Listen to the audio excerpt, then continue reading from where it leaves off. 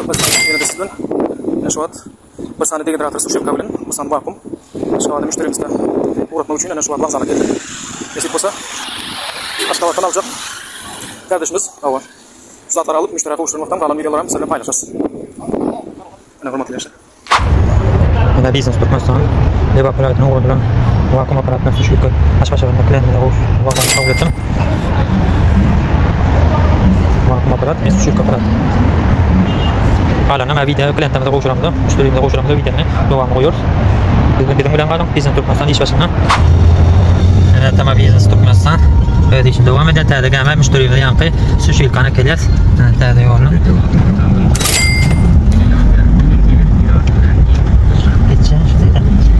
Balkan kaçı dedi? Bedo dedim. Balkan idi o diyene. Şu zaten bir de buraya döneyim. Ne fayda?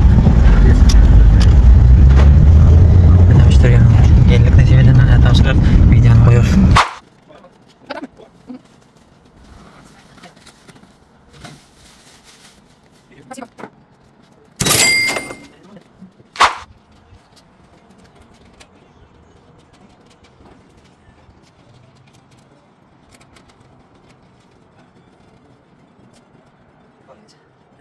Шоу başarı. Как раз Я вам что вакуум аппарат концерты. Сейчас давайте Сушек аппарат, вакуум аппарат. Мивы пакетчикler перевірити için gelin Я çıkar. там сейчас пока. Хорошо, давай. Açar firma yürütü. Simple. Vakum.